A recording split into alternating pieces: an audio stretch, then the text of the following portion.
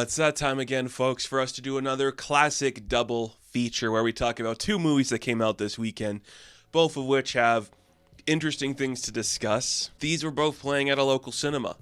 There's one I'm really glad I got to see because I didn't know if I'd have a chance to see it if there was a screening nearby, and that, of course, is Nikhil Bhatt's Kill, which is a really fun, really interesting movie, and then the last movie in the T-West trilogy of Pearl, X, and Maxxxine. Or X, Pearl, Maxxxine, that's how it's going. Maxxxine, yeah, so let's talk about it. I don't talk a lot about Hindi films on this channel. I don't know where to begin. You know, I'm not too familiar with, like, Nikhil Bhatt's work either. Like, I don't know what he's done before. And it's just kind of, like, hard to gauge where to, like, talk about this stuff.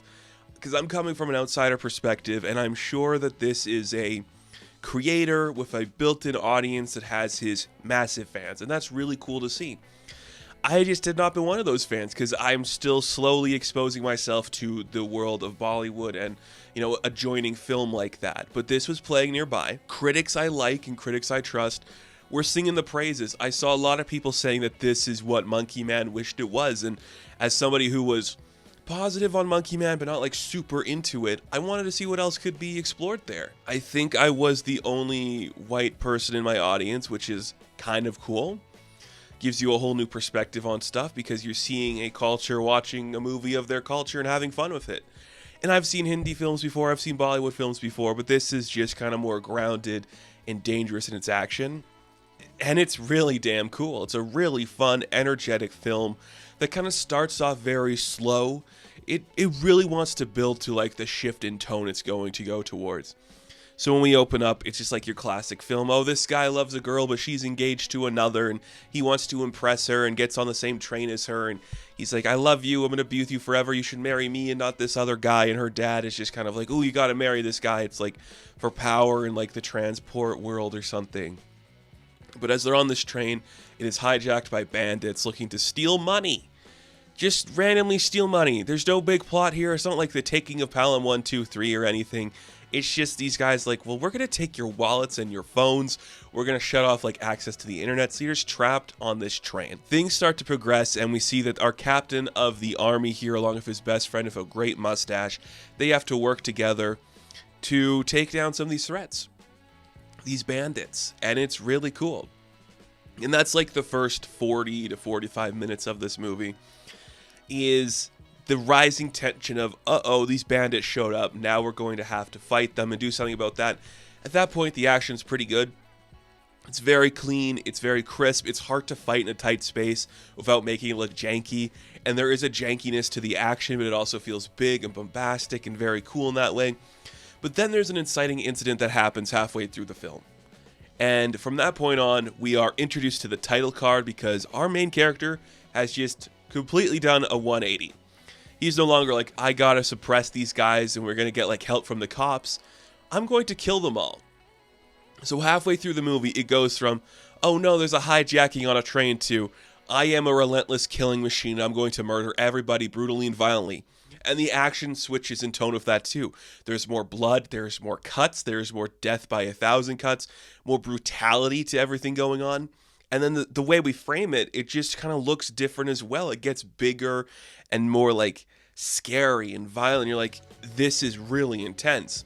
And one of the best tricks this movie pulls is having every single death matter. Like every time somebody dies, you feel it for a long time.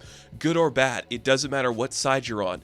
If you are like one of like the 30 goons trying to make your way on this train and say your best friend is murdered, you're going to have a scene where you're crying for a solid like 15 seconds, like I just lost my friend in like this brutalistic way, and this killing machine is still on board trying to hurt us. And it is so graphic and intense, and it's so much fun.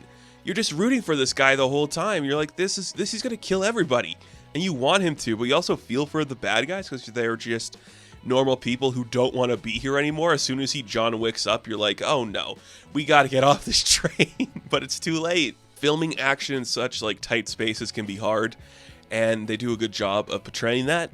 All of these actors have a moment to shine. We have really good music cues as well. When we cue up the music, it's so interesting. it's just like a classic riff here, or like, oh, we're gonna get a little more edgy and techno in this one moment, or as soon as like there's a punch that happens, the Foley work just cuts out all the music and all the sound, and you're just like, oh, now we're just in like this realistic moment of brutality and destruction. And that's pretty cool. It's kind of gorgeous in so many fun ways that you're not really expecting. I appreciate it so much for that. A very cool movie. Just very chill, very aware of itself, doesn't really care what you feel about anything. Shows up, it's like, yeah, okay, you think we're gonna do like one classic thing? You're wrong. Guess what? We just ripped a guy's mouth apart, and now we're hanging bodies from the ceiling to remind people that you're on board with the boogeyman, motherfucker. I'm gonna fucking kill you. It's pretty cool, and it looks good, and like the audience I saw this with, reactions were heavy and hard. It was awesome. There's a sequence where one of like the henchmen named Fonny, I think his name is Fonny, one of the best performances I've seen in a long time. That was incredible. His like uncle's like, we gotta like keep our morality up, and we have to like talk like this, and we have a code. And he's like, what the fuck are you talking about? We have a code. We're bandits. This isn't some Spider-Man, Batman, great power, great responsibility bullshit. We're here to steal their money. Quit acting like we have moral codes all of a sudden. Audience loved that shit. I was like, that's the joke? It lands, but I'm like, that's a surprising one that's gonna work for everybody. This movie's awesome. If you have a chance to see it in a cinema near you, I recommend doing it. It looks great on the big screen. It is a breezy 1 hour and 40 something minutes. It's really fun. So, Kill. I am going to give an 8 out of 10. Now let's talk about the reason you're probably watching this video, if you are, I guess, an American audience. It's Maxxxine time, everybody. Maxxxine is back. Maxxxine Minx is here. Mia Goth and T. West team up for the last movie in, like, this supposed trilogy. It's the 1980s. Everybody has VCRs and panning to a different shot on camera. It is interesting. I am relatively positive on X. I think it's a fine movie. I think Pearl's an underrated masterpiece, or maybe a properly rated masterpiece. That movie's really fun, in a very specific way that works for me specifically. But when it came to Maxxxine, I was tired from the beginning. This is a slog. It is expository in boring ways. None of the stories really matter, and it just ultimately culminates in a terrible finale that has nothing to say or anything interesting to present. I have no problem with a director talking about how much he loves movies. That's okay. A lot of directors do that. The problem with someone like T. West is that you're so clearly seeing the inspiration that it doesn't feel like he had an idea, as opposed to, wouldn't it be cool if I could just do like a scene from Psycho or Texas Chainsaw Massacre or fucking Exorcist or, you know, any of that shit. Like, it's kind of exhausting. Or I feel like X and Pearl were homaging something more clearly, and like, we're just gonna do something in the style of that. This is just, let's just do the thing, and it's so boring. The music is fine. If you like 80s synthwave shit, it's all of that personified loudly. There is a very useless subplot running through about the Night Stalker. Why did you have to add that? It doesn't connect to like the actual final piece. It's just more like, well, this was also happening at the same time as this thing. I guess it marks the end of like this era of LA. Fine. Why? Whatever. None of the characters have any real agency. It's truly a shame, because I think for the most part, Mia Goth has been asked to do a lot of good stuff. Like, Pearl was a really fun performance to see her like nail and have fun with. But here is Maxxxine. It is a lot of reminiscing about X and a lot of just not saying anything and reacting to the stuff around her. The plot really happens around her, and it's almost like it's almost inconsequential that she's involved in the majority of it, until like the last moment when it's like, well, you were about it all along. And it's a very exhausting way to tell that story. Now, I know T. West has said you could watch these all independently, but you fucking can't. This relies too much on you of seeing X before, because it's the same character and her world is just broken. And it literally shows you clips from that movie more than once. More than once it comes up. And Mia Goth does not get enough to do to like really change anything about her attitude or whatever. It's just so basic and bland. Almost like someone said, I have a can of hairspray and I have like the Eurythmics on VH, or just like on a mixtape I can play.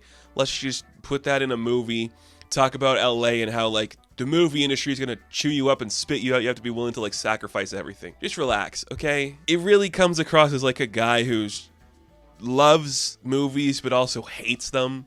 And I'm like, dude, just pick a lane and we'll figure it out from there. You're not winning anybody over with some of this. And the gore, not that great. It's not that violent. It's more like a thriller as opposed to a horror movie. I think X is straight up horror. It's scary.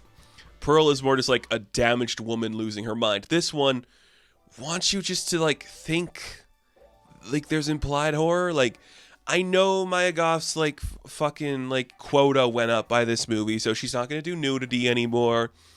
And I know we're trying to like show you we're edgy and stuff, but you have an R rating. There's like 2 graphic sequences, and then the rest is just like implied horror, which again is you homaging the movies of the 80s and 70s that you love, as opposed to doing like the subversive thing and telling the story in there. You are just you're relying too much on the tricks of a movie as opposed to telling a genuine story through a movie lens, which is just kind of a shame. It truly is. Like, there are 2 sequences I say that are actually brutal. There is one sequence where we see someone's head get blown up, and that's kind of cool. Another one where a guy's balls get crushed. And that is like, oh, we should have just kept that tone the whole movie. If you could do a whole movie with that intensity where this woman is working so hard to be on top of this industry that she's going to bust the balls of every man that gets in her way, that's something. But then it's just 2 separate sequences where we go down the Universal backlot. 2 separate sequences where Maya Goth is led down the Universal backlot to the Psycho house. What? 2 of them? Elizabeth Debicki takes her there in a golf cart like, it's Hollywood, baby, pew, pew, pew, and then she's chased there by Kevin Bacon. What are we doing? What is the point of that? Who is that for? Does your audience care? I saw this in a packed house with a lot of young people. Young people don't give a fuck about a Hitchcock reference. They don't care. Who is that for? You're not winning anybody over by doing that. Are you impressing yourself because you know movies? I don't know. I don't understand that. This is a fall from something good. And I'm not even saying like X or Pearl were great. I think Pearl's good. X is fine. But there's just so much boredom that comes from this. A very just shitty plot with terrible characters. No character is interesting. The supporting cast is really boring. Elizabeth Debicki, hot director. She looks great. She's intense. Lily Collins shows up for a sequence. Kevin Bacon chewing the scenery, which he wants to do. You have 2 officers, Bobby Cannavale and Michelle Monaghan, who are kind of useless, who just kind of show up and do nothing. Halsey's in here if you give a shit. Is this her acting debut? It's very weird. I don't think it's that good of a debut. And then it culminates into a very not earned ending.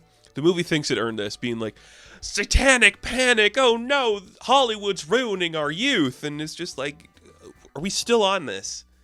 I get it.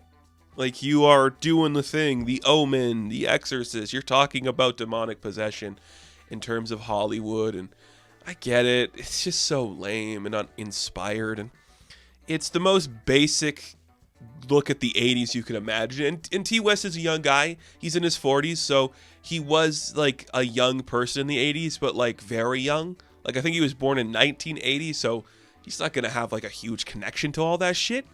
You should have made this in the 90s. Talk about like 90s stuff, you know? Then you could like think about when you were like a teenager or whatever.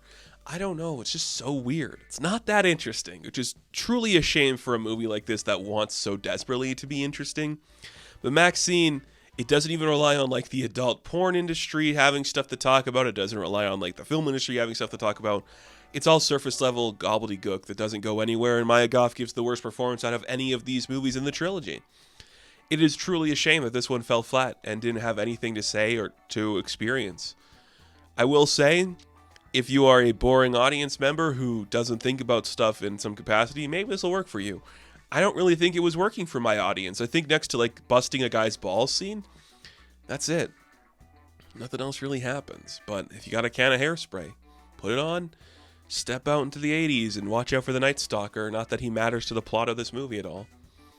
Very, very, very strange.